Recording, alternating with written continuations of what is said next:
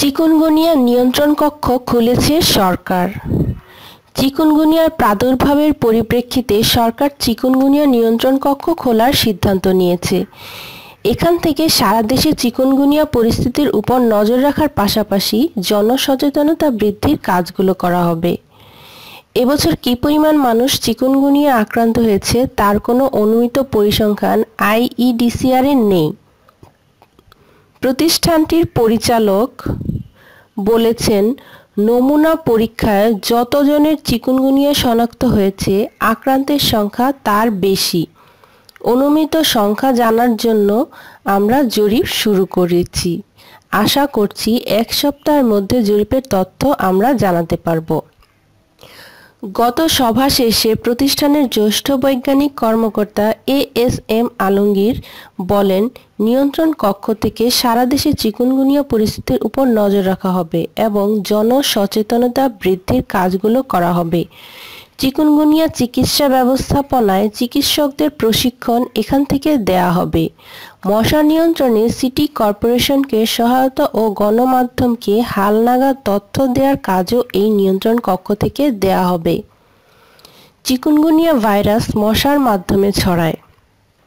এর কোনো টিকা নেই, তাই প্রতিরোধই উত্তম পন্থা।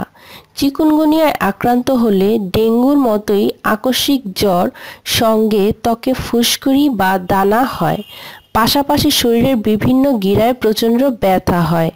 ডেঙ্গু হলেও শরীর ব্যথা করে, তবে খুব তীব্র ও দীর্ঘস্থায়ী হয় না। জনস্বাস্থ্য বিশেষজ্ঞরা ধারণা করছেন চিকুনগুনিয়ার প্রাদুর্ভাব স্থায়ী হবে।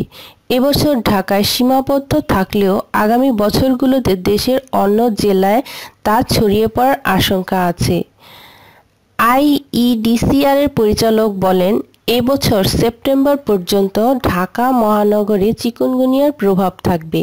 ঢাকার বাইরে ময়মনসিংহ, লালমনিরহাট ও ঠাকুরগাঁওয়ে ৩ জন আক্রান্ত হওয়ার খবর পাওয়া গিয়েছিল। তারা সকলেই ঢাকা থেকে ওইসব অঞ্চলে গিয়েছেন, তবে আক্রান্ত হওয়ার তথ্য সঠিক ছিল না। তিনি আরও বলেন, ঈদের ছুটিতে বহু মানুষ ঢাকা থেকে বিভিন্ন জেলায় গেছে, সেক্ষেত্রে কিছু ঝুঁকি আছে।